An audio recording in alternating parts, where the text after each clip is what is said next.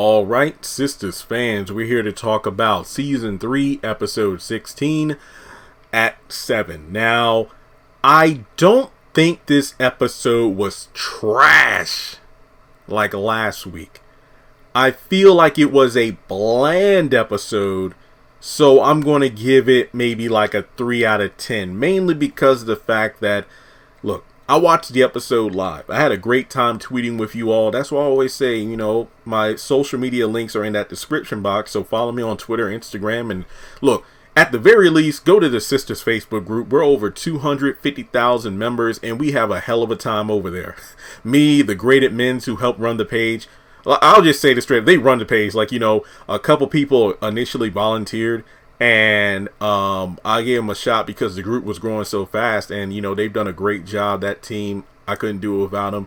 So I focus more on the channel side without they've taken the role of managing the group. And if you post something in there, it's bound to get dozens, if not hundreds, of comments and likes. It just depends on the content of what you're posting, but it's just amazing to me that this episode was universally disliked. And I wouldn't say it just has to do with Karen, and trust and believe, she's a major reason this episode bombed, in my opinion. But this episode you know how last week you had a bunch of characters acting either out of character or they were written so their worst personality traits took precedent over everything else. Not to mention the fact that it was just rehashing, oh, well, I love Gary, not you, Robin, I can't do dinner, or Karen calling Zach over and over, Pam being extra nosy, Danny, saying one thing, wanting another, and then meaning another thing, and the list goes on. But this episode just felt dry for the most part, where some things, I guess, are setting up what's happening next, but overall, let me put it this way. Like I said, I watched it live. I didn't even take notes live because I had such a good time tweeting. I actually did a live stream after the episode for the first time in a while. So everybody who joined in, thanks. It was a good time overall. But this, I don't know what to say anymore about Karen. I rewatched the episode this morning and I took notes on everything. I wrote down every scrap of Karen's dialogue pertaining to Zach. I will do a separate video on that. I might mention it all here in the video, but still. So, before getting into this episode, make sure you give a thumbs up button to it to show you like it. Hit subscribe as we get closer to 190,000 subscribers. Hit the bell icon and select all. That way you don't miss out when I post content on the channel. And follow me on social media. Links are in the description below. So, let's dive in. Arguably the best scene of the episode. I think everybody's saying the same thing. Hayden standing up, Zach confronting and standing up to Hayden. So they have a back and forth banter about what the hell he's doing here, about the backup offer. And it's like, how'd you go from leaving Chain Breakers to putting down $400,000 on this housing site? And Renee is told to give them a minute by themselves because, they just keep going back and forth. And it's none of Hayden's business because, and then he's like, oh no, it is my business. You messed around with Fatima. And, oh wow, what? Did you ever go over to her apartment? As soon as you get home, she just jumps on you and starts kissing you and everything? Because, oh, I ain't messing around with Fatima. I'm blowing her back out. And basically, he's like, I will put your head through one of these planks, but you're not worth getting locked up for because I have a criminal record and I'm trying to do right for myself and others. So I worked my ass off to get here. And there's no way a clown like you is going to mess it up for me. So it's going to go left. Oh no, I think it's already gone left, brother. Oh yeah, okay. Well, let me let you know now that if you keep coming at me at the same level, I'm going to retaliate with just as much pain. So you better watch out. So he ends up calling Renee back in saying, oh no, this clown, he isn't making an offer. He's a nobody. Let me know if he calls you again. And look, Renee, no more backup offers, right? Yeah, you're right. No more offers. I ain't gonna lie. I was waiting for Renee to say, yes, daddy. Because he's like, Renee's like, so do you want to look over the place again? Oh, no. You know what? This is mine. I'm just going to come back when it's ready to move in. And Renee, call me if he calls you back. Okay, Renee looked like she was about to say, yes, daddy. Yes, daddy. Because I think she liked it. I think she liked Zach putting his foot down like that because, she's somewhat interested in him anyway because when he initially came over in the suit and tie to make an offer, she was like, so, would you like to get dinner? And yeah, what Hayden said about, oh yeah, this guy, a backup offer is customary because a guy like you with bad credit. Oh, you put 400K down? See, that's my issue about the house thing. It's not that I have bad credit. I'm in the very good range. It's just because I'm self-employed that my quote unquote taxes don't look impressive enough because of the income versus your profit and loss ratio, which is stupid. Hence why, like Zach, I'm probably going to have to save up 6 figures to get a damn house. But in any case, we go over to the bank. You got Sabrina and Maurice at the window. Jacoby comes in with flowers, basically. This scene, he apologizes like 47 times. It's like, look, Maurice, I told Sabrina that when I get mad, I do dumb shit sometimes. And, you know, Maurice doesn't want to leave him alone. But Sabrina actually get Maurice to just go not too far, though, so you can watch. Let me just, you know, at first I don't trust you, but Jacoby, but fine, I'll give you a minute to talk. So that's really all that happens in this scene. Jacoby comes up, apologizes for the umpteenth time, gives her flowers, and is like, could you please accept these at the very least? And look, I know it's a long shot, but would you like to go to dinner with me? She says no, and he's like, well, hey, I knew it was a long shot. Sorry again. Maurice, I'm sorry. You know, Maurice calls him like 30 of the wrong names. And he's like, all right, Maurice. And then he leaves. And the thing I find funny about it is the fact that so Sabrina can talk to Jacoby, but, you know, Maurice was rightfully doing the talking. I wasn't mad at Maurice, you know, defending Jacoby. He's like, what, you told her you made up the lie about sexual harassment? And then Sabrina's like, no, it's fine. I'll talk to him. But then when it came to Calvin, you let your 3 mouthpieces do all the talking. What? And then with Jacoby apologizing, no, you didn't do anything wrong. So look, I am not a fan. I am not condoning Jacoby making those allegations against Sabrina, but I don't think he should have gotten fired. I honestly do not think he should have gotten fired. But regardless, she takes the flowers, and I just love it how Maurice is like, cheap ass flowers. Give me those flowers. Here comes the bride, bitch. He sounded like Tyler Perry as, you know, well, not Tyler Perry specifically, but when Tyler Perry does the Tyler Perry voice as Medea, that's what it said. Give me those flowers. I was like, oh, damn. Okay. So, all right. We go over to the airport. And remember last week, Karen was going to see Zach. And then when Danny told Zach that Karen was coming, he just like, you know what? Hey, I got this my next to last day. I'm bouncing. He's gone. The moment he walked out of the door, he's gone. Danny called Karen to let her know Zach is gone. He isn't at the airport. And then she left anyway. And then she came to the airport. Wait, Zach isn't here? I thought he would be here. I thought you told him I wanted to talk to him. Karen, what's wrong? Is there something wrong in the head? What's going on? I called you and told you Zach wasn't going to be here. So, essentially, she can't get it through her head that Zach is done. And she wants Danny to call Zach right away. So, she calls Zach about the Karen situation, and then as soon as he's like, look, it isn't, Karen's here to talk to you, look, it's not my problem anymore. And then she hands the phone to Karen's like, oh, what's not my problem anymore? Like, damn, look, Karen, I unblocked you. Well, you ain't answering my calls. That's the same thing. Okay, now I wrote down all the dialogue verbatim. You can let me know if I messed up, but this is everything that was said. Now, she wants to hear from Zach's mouth to her face that they're done. Zach's like, look, I love you, but this is over. And she's like, look, the 3 years we had together, the least you can do is see me. Again, heifer, he paid you $77,000 for 3 years. He doesn't owe you a damn thing. Tell me it's over. Tell me to leave you alone. Tell me you don't love me. He literally said 3 seconds ago, look, Karen, I love you, but this is done. And Zach is like, I thought I made that clear. And she's like, not when you're not when you're not upset. Tell me when you're fine, when you're normal. And Zach is like, you got to get over this. And then she's like, I need it, Zach. I really do. He's like, why? So I can move on. And then she tries to like set up, you know, a time and place. Look, you need to come over to my house and tell me these words. And he's like, the hell, I'm coming over to your house. What about the salon? I'm not going there either. Well, what about at Danny's? at 7 o'clock, Danny, you better be there too. So I'm not stuck in the same room together. It's like, Danny, I swear to my mom, I'll kill you if I'm alone.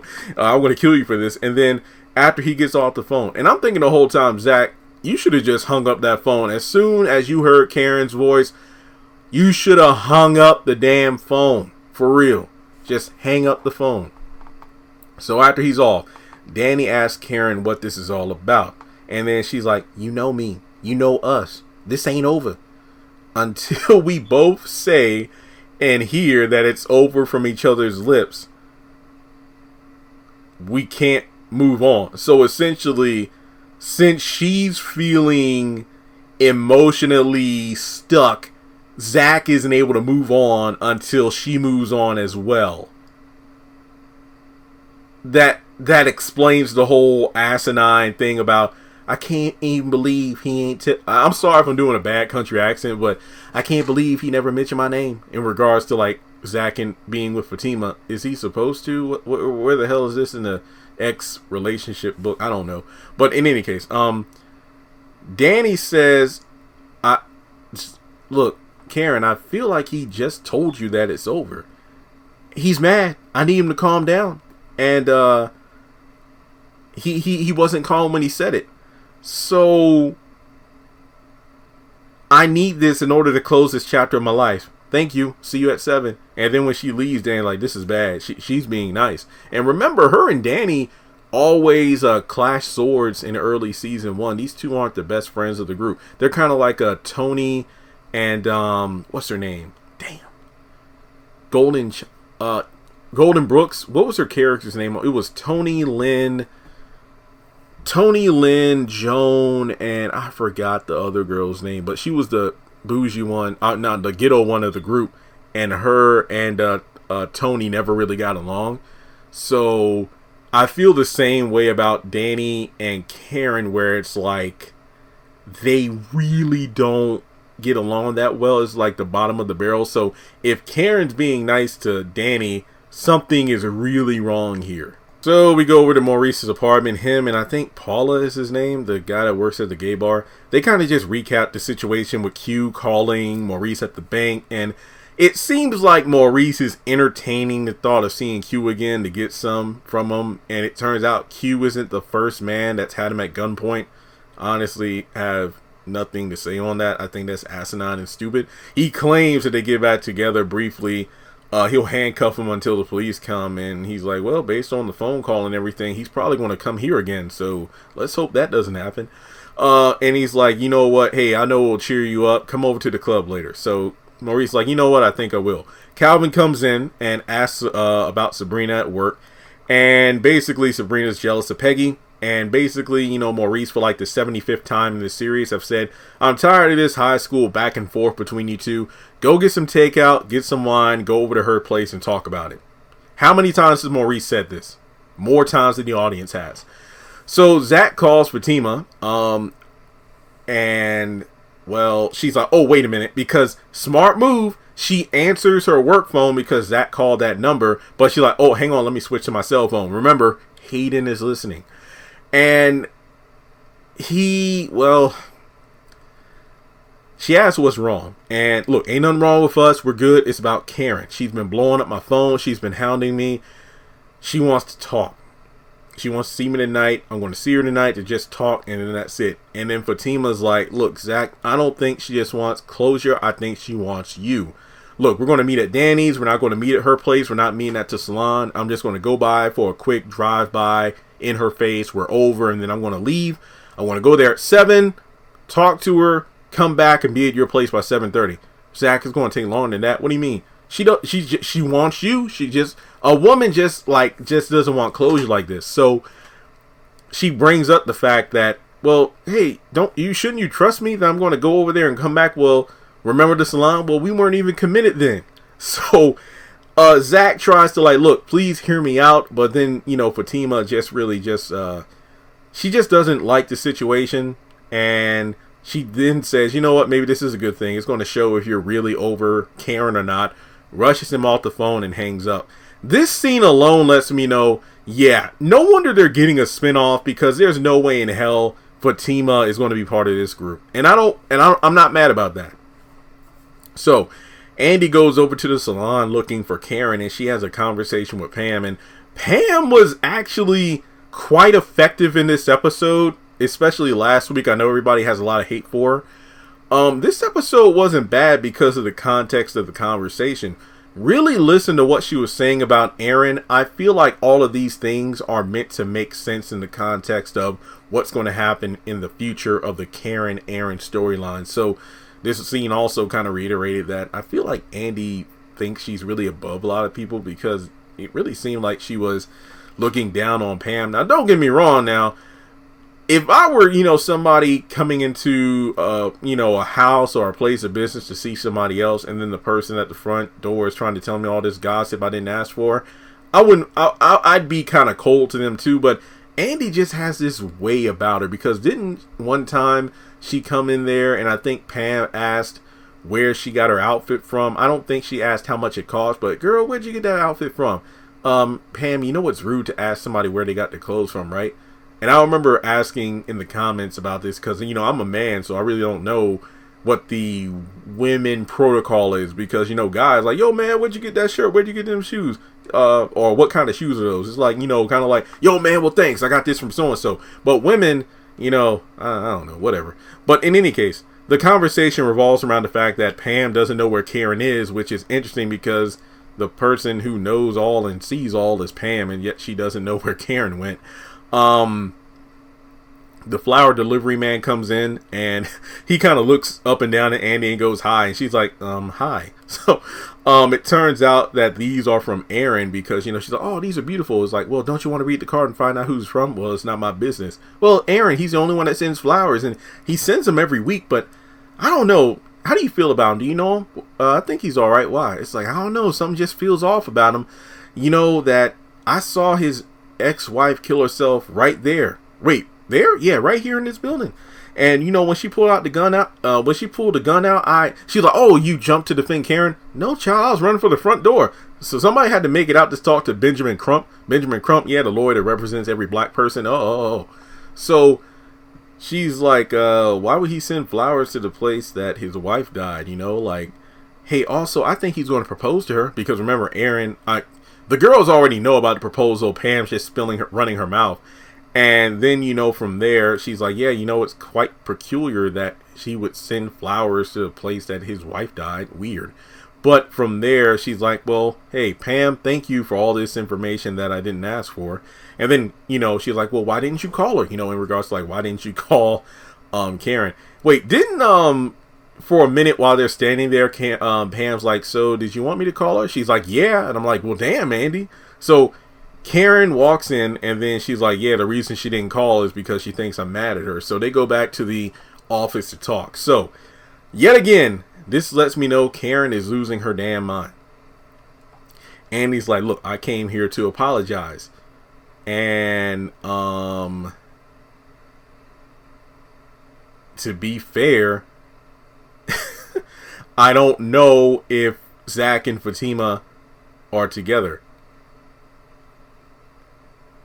But you do know if they're staying together. Look, I'm reading the dialogue because this is really showing how Karen's going off the deep end. So basically it's like, so you say you don't know if they're together, but you do know if they're staying together. And you do know that he's into her. And then Andy's like, look, I think that you should just move on. So they are together. That's not what I said. Well, I'm seeing him tonight. If he's with her, he can tell me that himself. What the hell is this, Karen? Andy's like, I don't think that's a good idea. And then she's like, I'll talk to the both of them together. This psycho bitch. And Andy's like, why? Karen's like, look, I have a great man who wants to marry me. And here I am saying Zach while we're about to have sex. And Andy's like, oh, wow. Oh, wow, okay. And then Karen's like, look, I need a clean break. We'll talk, and then I can move on. And then she looks at Karen. I mean, she looks at Andy, is like, so are you saying you know something? And Andy is like, I'm saying, I'm trying to understand why you need closure. And Karen's like, I do. You're my friend. You should know that better than anyone. And she's like, well, as a friend, I don't think that you should meet with Zach at all. But I support you if that's what you feel that you need to do in order to have this closure so you can move forward in your life. And then Karen's like, well, why would you be against it? Are they seeing each other? And then Andy, for like the 15th time, is like, honestly, I don't know. And she's like, look, Karen, I love you, but I'm sick of being in the middle of this. Okay, friend. Oh, yeah, friend. Yeah, okay. And then Andy's like, look, can you at least call me after you see him? It's like, well, why would I call you? You're not in the middle of this. And then she firmly is like, call me, I mean it. And then she leaves because she's like, I gotta go talk to Gary. What the hell is wrong with Karen? So Sabrina gets home. She looks exhausted. She grunts as she takes off her shoes and, pops her neck, calls Danny. And, Danny, it's really sweet. She asked to make sure both Sabrina and Maurice, if they had a good first day back at work, considering what happened the day before. And she pretty much recaps the whole thing about the Zach meeting that's going to be going down at her house later tonight. And Sabrina brings up, yeah, that's going to be interesting because you notice every time Karen and Zach are around each other, it's like this passionate energy between them. And she brings up the whole Jacoby situation about what went down. It turns out Jacoby isn't his first or last name. One of the managers at the bank let her know that he gets into situations like this a lot where he gets mad or has these Hulk rage out moments and he starts like blurting out all these false allegations of people doing this to him and that to him. It's really weird overall, but I'm just thinking to myself, so did this bank even do a background check, or is it the fact that Sabrina and Maurice are the only ones working there, so they'll just take any bum off the street who's looking for a job? Make it make sense, Tyler Perry. But in any case, she's just happy she dodged a bullet and she's done with him. So from there, he's like, look, I'm in for the night. I just had a long day. Danny, I'm not coming over to your house to see what's going on with the whole Zach and Karen thing, but there's a knock on the door and it's Calvin, and Danny's like, hey, stay on the phone just in case he pokes you to death with a dildo or, chokes you with a feather boa, because, that's how Danny, makes fun of Calvin. So she answers the door and, yeah, he brought the takeout and wine and they sit because obviously Calvin's like, so you want to talk about Peggy? And, they agree to have some drinks eventually, but Calvin's like, look, I won't get drunk this time, because she's like, look, I'm still mad. And essentially he just says like, look, me and Peggy have been hooking up for years. She's a free spirit, so am I, and whatever's in the bedroom, we just do it. So it's like Calvin tries to make it like, well, yeah, you're the one who said you're not committed, and you talk about Peggy, but I didn't like when you were with Jacoby. Well, look, this has nothing to do with him. It's not about me. It's about you. You had just left me, and then you're in the room with Peggy. So, again, Calvin, you're in the wrong. And then the final scene is Angela in the apartment with Andy. Somebody pointed out to me that Gary never actually left his key when he left in the previous episode. Well, the episode before last, when he said he's going to leave and not come back. And then Andy's like, make sure you leave the key. Well, we never saw Gary walk through the door. I mean, obviously he did, but I'm like, well, who's to say he didn't leave his key at the front? But either way, somehow he's back in the apartment with the therapist, and they talk about Andy and the fact that, oh, wow, Andy, she wants to get you alone a lot, right? And I know you blame yourself, you carry a lot of guilt, but he's like, well, yeah, I was married. Well, yeah, but she knew that and she still pursued you anyway. Women like that know what they're doing when they go after married men. So it's like, well, damn, you're literally making Andy seem like the bad guy in all this. So from there, it's like, so what do you do with all this guilt? And I don't think Andy's going to appreciate or like that, she's going to find out this is a counseling session. But then Gary's like, look, we need you. And he even calls Andy because she's like, wait, shouldn't she be here by now? And she's like, hey, I'm in the car. I'm out by about 30. He's like, okay. Now I'm thinking She said 30. This could be 30 seconds, not 30 minutes. But from there, she's like, okay, 30 minutes, that's enough time for an experiment. So close your eyes and tell me, how do you release your guilt? What do you do? It's like, well, I don't really release it. I keep it balled up inside. So with his eyes closed, she starts to feel on his arms like, so how about this? Does this make you feel guilty? No, this doesn't, because there's nothing to feel guilty about. So what about if I do this? This woman put her head directly between his legs and the episode ended. What the hell? Okay, so yeah, this episode, it was kind of weird because this episode, even though it was like still within the 41 to 43 minute range, it didn't go off until like 10 after 10. I don't know if it was because too many commercials or what, because it started right on time at 9 o'clock, but that's Viacom BET for you. But yeah, this episode really didn't do it for me. I think the Karen stuff is the most off-putting thing about it, and I even made a post about it, and of course I'll do a video that I feel like Karen's character is being so assassinated right now for the sake of drumming up Zatima support. And if that's the case, I am not really a fan of that at all. This is just like in If Loving You Is Wrong, when Brad and Marcy were written to be horrible characters in the final episode, and Brad and Marcy made it seem like Alex was the one that murdered Randall. And I'm like, what the hell? It was just awful. So, like I said, I'll do a separate video on Karen, but I really feel like it's a mix between Veronica Harrington being possessive and delusional, along with Melinda from Acrimony. I do feel like I think Tyler might be building up to Karen having a mental breakdown, just like Aaron's ex-wife Fawn did. Because remember, even though I know a lot of people hate Pam, pay attention to that scene that she had with Andy. That context about Aaron and his ex-wife, I don't think it was for nothing. So, do you agree with my score for 3 out of 10? Like I said, I really didn't care for this episode. It wasn't complete garbage like last week, but it felt very bland. But that's just my opinion. So, make sure you at least like and subscribe on the video. And if you want to support the channel, make sure you do so on PayPal or Cash App.